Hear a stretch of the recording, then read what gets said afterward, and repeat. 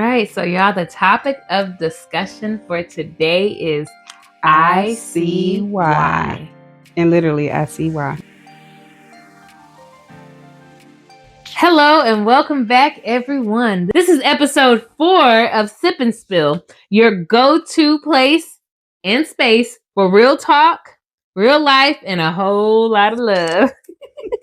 I'm T, your host, and with me is my co-host, Stephanie. And we're here to unpack the highs, the lows, and the in-between sips of life. So pour something warm, get comfy, and let's get into it. So we're going to get into our first segment, which is the backstory brew, and that is on how Steph and I met and became this dynamic duo. Stephanie, girl, go ahead and take it away. So as I mentioned before, last week we talked about how our crazy ex was causing chaos in her life at her job. Yes. So I'm going to give a little story. This is a time when we weren't friends, but she would have Aiden with her and take him different places. So there was this one time she sent me pictures. He was out skating. Oh, yes. And that was fun. She had sent me videos just telling me how amazing he was and how determined he was to learn. He sure was. It was his first time skating, and he did amazing. So, and then I think it was that point when I realized that she was going to be an amazing stepmother to Aiden. Like she really, really treated him like her own at that time. And this is when we didn't have a relationship. We did, And she sent me pictures, videos, and all that, just giving me updates. And then there were times that he would reach out to her so she can do his hair. Yep. And I really appreciate those things that she would do, and just the ice cream trips. And he recently told me that I think you took him to it was an Olympic thing at the dam, like a swimming pool thing at the dam, and they had this Olympic thing. Yeah, girl, I can't remember. I've done so much with him. I tried to do different things to just so he can have a different experiences.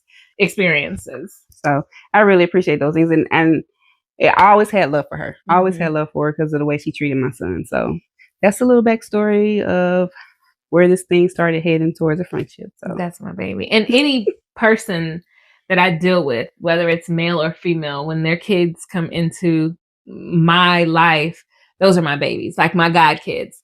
They weren't born, well, the last one was born my goddaughter.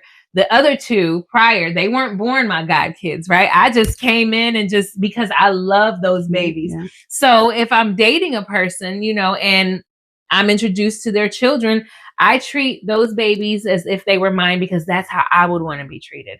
I've had a horrible stepfather before, or a horrible step parent before. Let me rephrase that. A horrible step parent before, and he did not treat us like his own, right? And I vowed that I would never be that type of step parent, bonus parent, or parent, grown up adult in another child's life. I vowed I would not be that. And so I just treat everybody's kids the way I would want my kids treated, and I treat them like my kids. I love the babies. And she absolutely does. She absolutely does. I try. Let me just say I try. So our next segment would normally be the truth over tea, where she'll have a Voldemort moment.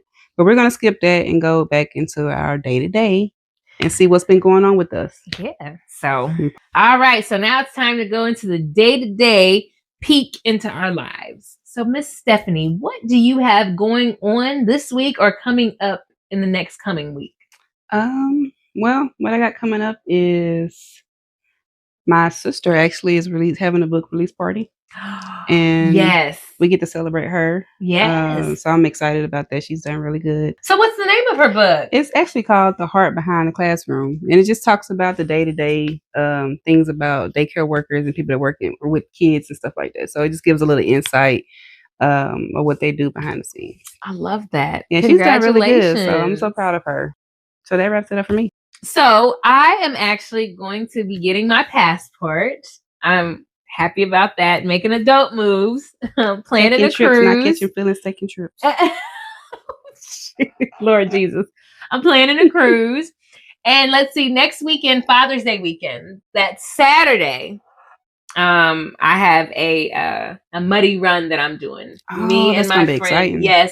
my friend Kenneth's doing it with me, and I'm praying that it's not going to be raining, because there's a difference with doing stuff in the hot rain than the cold rain. Right. Now, if it's hot rain, we're going, but if it's cold rain, I don't want to get sick. Yeah. And I will end up getting, and no one wants to be sick in the summer. Those are the worst colds. So that's pretty much all that I have going on. Not much, just simple life. That Muddy Run sounds exciting. Maybe I have to do that with you next year. Well, we already talked about this in another segment or in another episode, and you will be. Yeah. So that brings us to the end of our day-to-day lives. Next, we're going to go into our main topic. Are y'all ready? All right. So, y'all, the topic of discussion for today is I see why. And literally, I see why. I'm probably going to be hated for this, but I'm cool with that. I'm fine with being disliked, and I'm fine with being the villain of someone's story. But I just want to put this out here first. I want you to hear me and hear me loud. I do not condone cheating at all. At all. But the topic of discussion is I see why. Yeah. So what I'm going to say is, because I've been thinking about this a lot, and how we usually only hear one side of a breakup story, right? Right. And so, again, let me be clear, y'all. I don't condone cheating. I hate it with a passion. I absolutely do.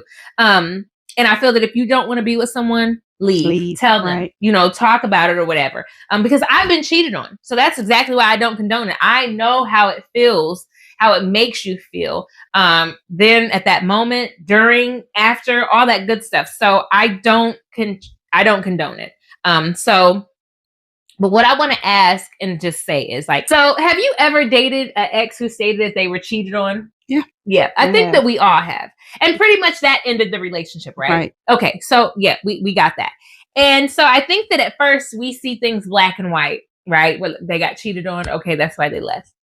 But as time goes on, and as you get to know them, you start noticing patterns this motherfucker's struggling to just communicate. They don't want to compromise or whatever, We only having sex once a week. Oh, God. They lack emotional awareness. They're very dismissive. They believe it's their way or no way. No compromise. Absolutely. If you want to have a conversation about something that they did to you or how they hurt you, that's automatically negative. Right. And you're just wanting to have some transparency. Let's talk. Let's have dialogue.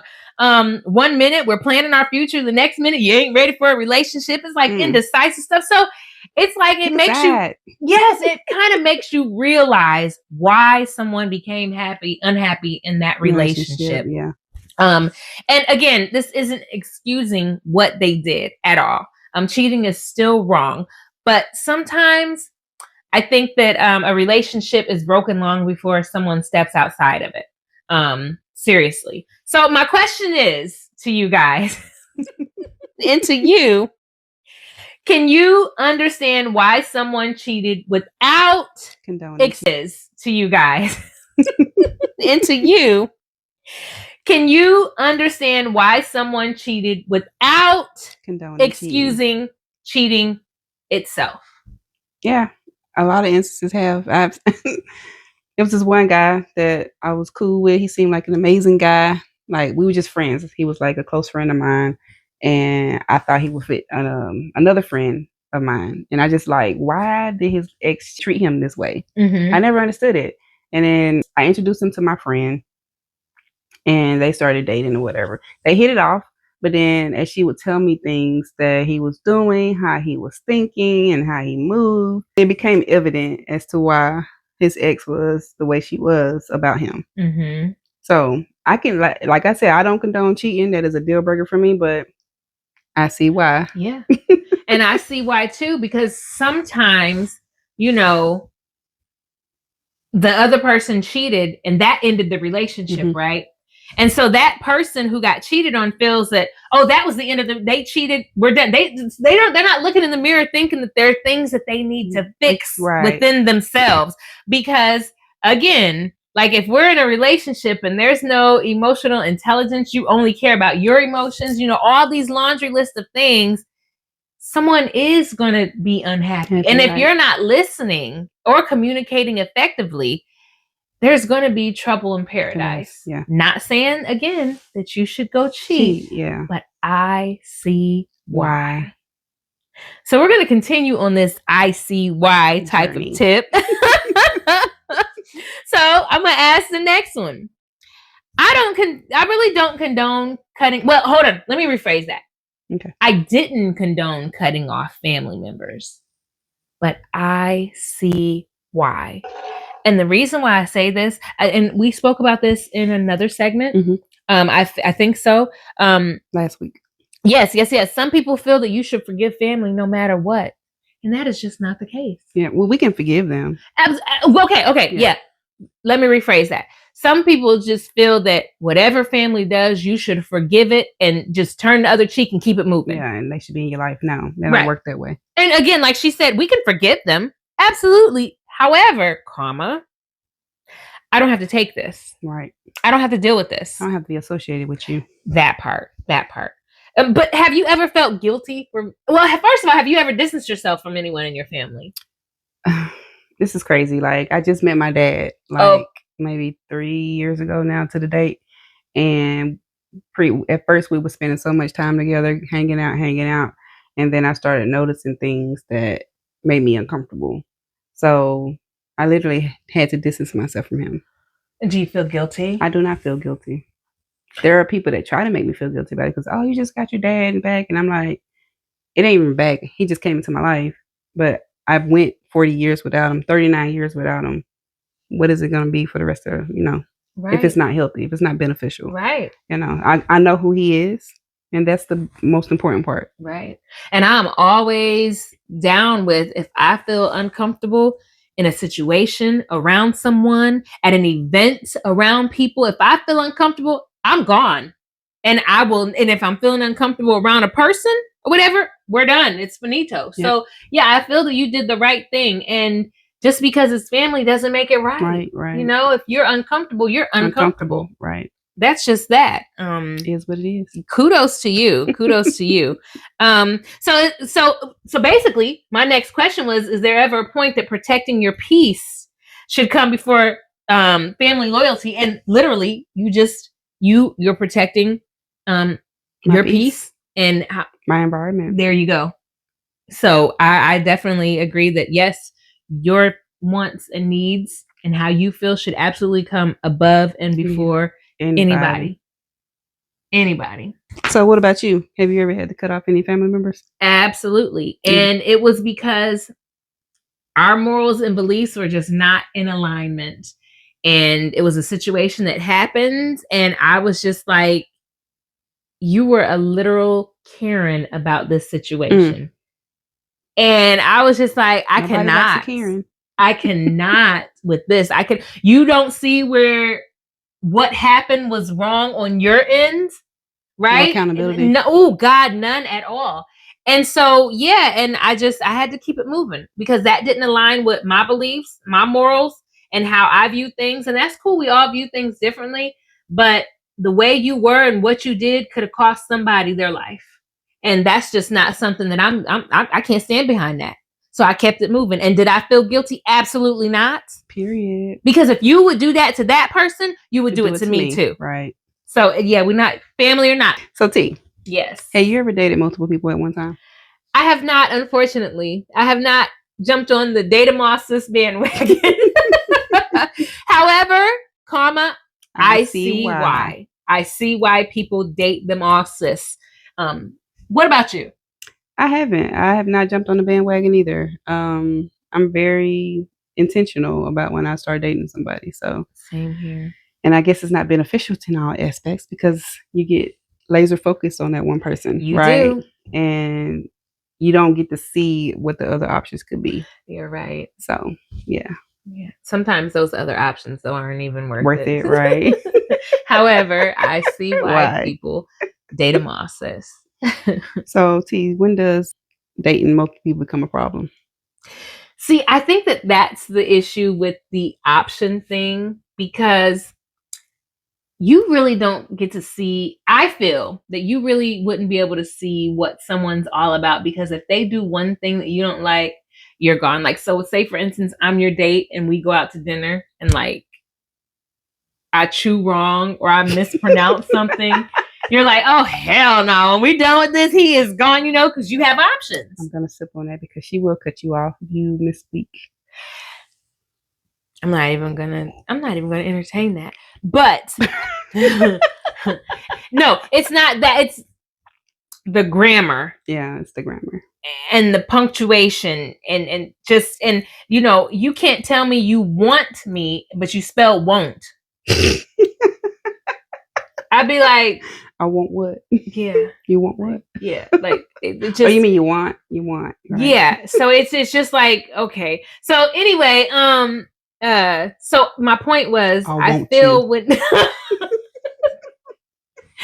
I feel when you have a lot of options, you're quicker to be like, no, I don't want to be bothered, you know, with you. Which is not a bad thing. That is absolutely true. Everyone has a preference. They have a preference.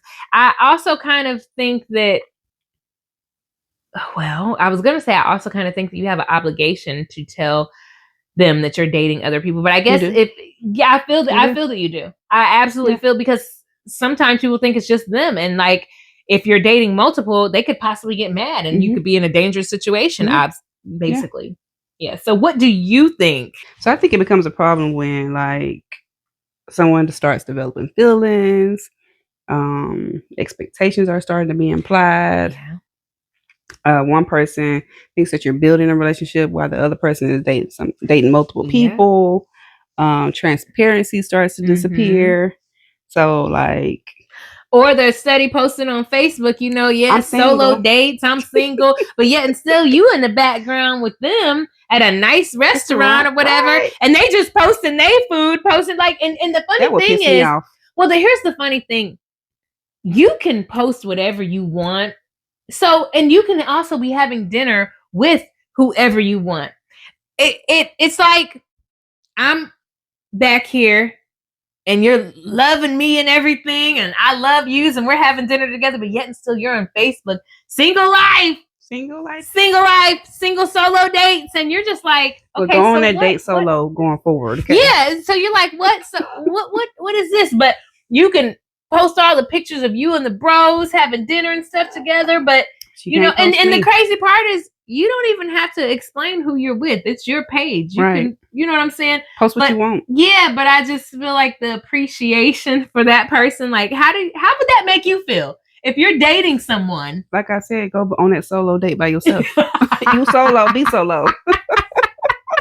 No, we're not doing that over here. Yeah. Like, no, it is okay to go out on dates, and if you're gonna experience that, have a friend date, you're dating that person, it's okay. Like, if you're gonna, like, if y'all have a mutual agreement, right? Okay, I get it. You're doing this for content, but come on now. Right. How do you think that the other person is absolutely going to feel? I'm going to be like, just go do it by yourself going forward. If you really want to promote solo dates, then do it. Solo. Right. Dolo. Without me. Exactly. So, is it fair to expect exclusivity without the conversation being had? Hell no. Exactly. No. You gotta talk. Yes, and it has to be effective, because you have to speak on what you feel, what you want, your standards, and things like that. Because everybody's thought process of dating is different, right? So you have got to get that out in the beginning, you know, your standards on dating, your feels, your wants, your needs, what you feel dating should look like, because, you know, you could think that, okay, first date, we're exclusive, right? And I could be thinking, well, we're exclusive once you ask me. Me too. Right. So you're not even in alignment with what dating looks like for the both of you. You know what I'm saying? That happens a lot. Oh God, it does. Happens a lot. It does. Everyone has their own interpretation of dating. That's why you have to lead with clarity and say exactly what dating looks like to you and what it's going to look like moving forward. And so you can be on the same page. I know if I meet somebody new, I'm always like, hey, we're not exclusive unless you ask me. That's the same here. So that's the same here. Until that conversation has been had and you told me, baby, I want you exclusively, we're dating exclusively to see where this go. We're not dating exclusively. No. No. Now that doesn't mean I'm about to be out here dating every Joe Schmo. No. However, I'm not going to be considering. I'm not going to be totally invested. Absolutely. So I'm not going to be considering you in several ways that I would if we were exclusive. Mm-hmm. So that's just that. Like, it is what it is. Never was what it ain't. Yeah. I'll holler at you when I holler at you. So do you think that talking to multiple people protects people from getting attached quickly? It does. Yeah. Yeah, it does. Because you don't have to look at you don't have that one person that's captivating your attention. You have multiple people that has your attention that you can focus on. You might like this thing about this person, you might like this thing about this other person. And so you just have a variety to choose from. And I agree. It helps you not be attached until someone stands out. You know, so, and I don't really know if that's a good thing or a bad thing, but I guess if you date multiple people, it could be a good thing for you if that's the type of dating you're looking for, if that's what you want or whatever. So, Stephanie, do you think in today's world that people are dating differently today than they did 10 years ago? Absolutely. First of all, a lot of our dating choices and standards are coming from dating apps, right? Social media. And people have access to more options. Like 10 years ago, more people, you met them through friends, you met them through work, the grocery store. In person, right? Whereas right now I can talk to somebody in Jamaica and, have a full-blown relationship with them. You know what I'm saying? So versus just meeting the person next door or somebody in the grocery store. So you have a different variety. Yeah, different variety. Because back then it was literally just in person. Yeah. And relationships can naturally progress. Absolutely. When we had it when it was the way it was 10 years ago, well, years ago. So before social media and dating apps and all that came into play. So what about you? Absolutely. I think in the past decade, dating has definitely shifted. I mean, like you said, we have options of meeting people of different variety, dating apps or whatever. And they're even more normalized now than what they were back then. Absolutely. Or whatever. And people often approach dating with clearer expectations than they did, in previous decades. People are looking for something more serious, or just casual. They can basically say what it is that they want. So it's more catered to what you want and what you need. I think that there's also more emphasis on values like emotional intelligence and communication. Plus social media and video dating have really taken off. So, people, they often curate their dating brand a bit more now than before. Yeah, because we didn't talk about this part that you can actually do video chatting. You can. So, like, even having these international relationships and long distance relationships, that we have the availability to video chat. WhatsApp has that all built in it, right? Yeah, WhatsApp, go on dates, virtual dates, and so there's a lot of things that's more. And I think like decades ago, it was like. Dating apps were out, but you had to pay a ton of money. What was that? Who remember AOL? Me. So you had to wait for the dial up and all that. Chat rooms. Oh my God, chat rooms, girl. Instant Messenger. Yahoo Instant Messenger. Yes. But my point is now you can go on your phone and just go to the app store and hit dating apps, and there's a plethora. Yeah. Back then it was only certain ones. What was it? Match.com? Yeah. That's really all that I really remember being the big one is Match.com back then. It was probably like $99 a month or something. And of course we use MySpace and Black Planet. Yes. So of course it has definitely changed within the past 10 years. We're telling our age, okay? Don't judge us. That part. All right. So with that being said, we are going to switch over to our last sip segment with Miss Stephanie. Yes. All right now. So right before we wrap this up, it is time for our last sip. This is the moment where we ask each week a surprise question. Neither one of us know what it's going to be. So it could be juicy and it could be serious. We don't know. Yep. You ready, T? I'm ready. All right. What is the truth about yourself that you had to accept recently? I have recently accepted that I cannot continue to keep shrinking myself. My needs to make other people comfortable, my feelings, my boundaries, because my expectations matter too. They absolutely do. The right people won't require me to abandon myself, just to keep them around, and, it's sad because it's hard letting some people go.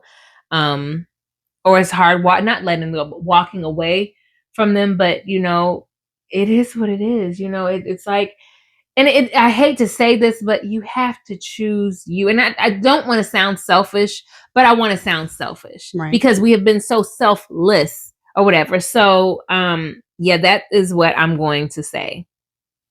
I'm going to have to say the same.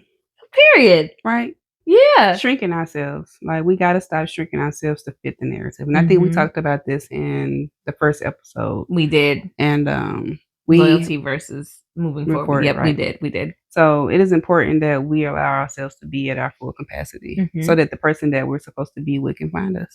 That is true. And not only that, just that so we can blossom into the person that we're supposed to be. Absolutely. For ourselves. For ourselves. I like that question. So what's yours? You got a question for me? Oh, girl, do I. What's a toxic trait of yours when you are in a relationship? Or dating. So my toxic trait is that I laugh in serious moments. And it just be the little people in my head that be just making jokes, And I really try to control it. And the other person might get a little offended. No, look, and we're supposed to be being serious right now, and she's laughing at me.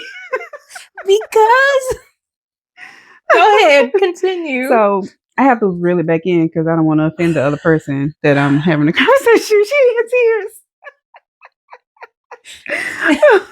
So I have to reel it back in, but it's not that I'm not listening.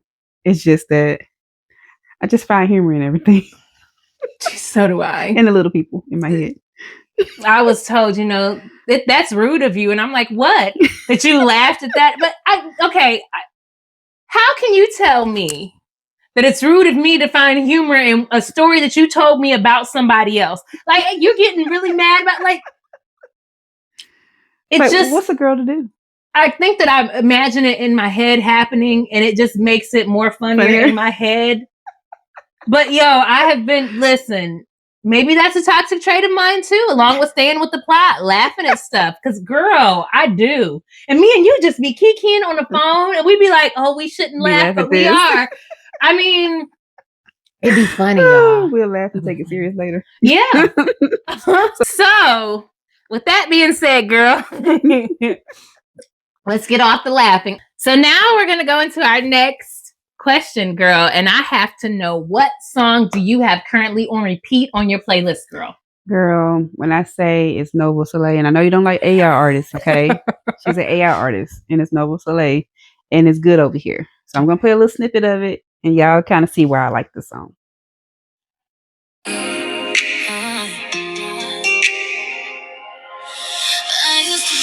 When somebody walked away, I used to hate when they didn't choose me. But when I learned to love me like a God can't betray, that's when I found the peace that never leaves. Now I don't chase. Okay, I see why you like it. I'm not gonna hate on your. I'm not gonna hate. You should hear her other songs. It's I like awesome. that. I do like the affirmations. Yeah. I love it. It got me through some tough times. I know that's right. Music, period, gets me through tough times. It doesn't even matter what type of genre it is. It gets me through tough times. What's yours? Oh, we total opposite. This has been on repeat. It might be some trap music. I don't know, girl. I don't know if you know me all like that, girl. I don't know. And you must know me. Say? She knows me. She knows me well. She knows me. She knows me well. She knows me. Hey.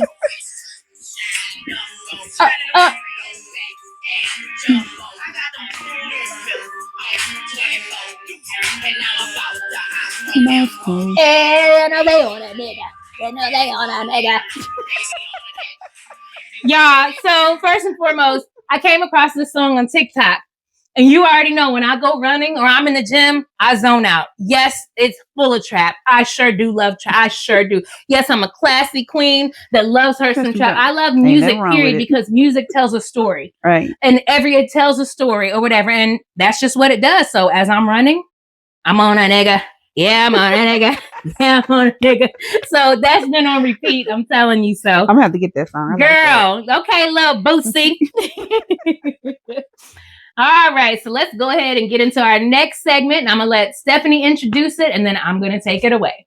So our next segment is T's favorite, a sip of wisdom. And this is when we ask questions about what we've learned this week or in life in general. So, okay, so something that it was a post that I came across that kind of registered with me, and it was basically saying, know the difference between being patient and wasting your time. And it kind of reminded me of our first episode when we talked about loyalty versus moving forward. Yes. Yeah. So it's like, what are you being patient for, or are you actually wasting your time because you know you need to move on? I feel the episode's one discussion question of, being loyal or knowing when to move forward definitely runs smoothly right into being patient and knowing when to stop wasting your time. Absolutely. And I feel that as people, we struggle with that. Yeah. We struggle with, is it me being patient or wasting my time? And I think we sometimes need to really sit and have a factory reset or something and really think like, it's hard sometimes to decipher if you're being patient because you don't want to be like somebody, well, you're rushing me. No, but I've been patient for so long, and that's not even only in regards to relationships. It's also jobs, all types of, absolutely. Yeah. So we definitely have a hard time deciphering when, we're wasting our time or if we let me just be patient for a little longer. It's hard. Sometimes the signs just be there. Like you just need to go and you just don't want to give up. It's a personal choice that you just don't want to give up because you you don't feel certain or sure that it's really time or whatever's ahead of you is going to be good for you. Yes. So, and we're afraid of the unknown. No, right. We really are. We're afraid of taking chances and risks, but life is about risk. Yep. Yeah. So that's when the mind and the heart have a disconnect. Like I need y'all to work together. Right. Get it together. Line up. So what about you? All right. Well, for me, mine was also a post that I seen on Instagram because, I recently reactivated my Instagram page or whatever. And it stated, I don't hate you. I just remember who you showed me you are, and I believe you. And I think that resonates with us. So especially if you are, transitioning from, seeing someone, dating someone, being in a relationship, being in a marriage or whatever, and you're transitioning to single or whatever you're doing, even in friendships or whatever, I don't have no bad blood. I don't have no beef or whatever. You just showed me who you are. And this time I believed you, or even if it's the first time, I believed you. Thank you for that. Yeah. And what's crazy though is that sometimes we don't believe them the first time. Oh God, we don't. Right. And how many times they got to prove to us that this is who they are, right? Why do we always want to look for the best in somebody? Right. Believe them the first time. Yep, because that's who they are. They're showing you. In so many ways, they show you who they really are. You just have to listen. And believe it. Yes. All right. Clock it. Period. Well, that takes us to the closing. Take it away, Steph. Unfortunately, this brings us to the end of today's Sip. Thank you for joining us on Sip and Spill. Please comment, subscribe, like, and share.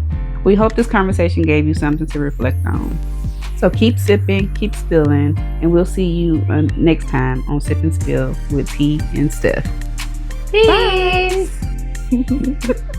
Bye.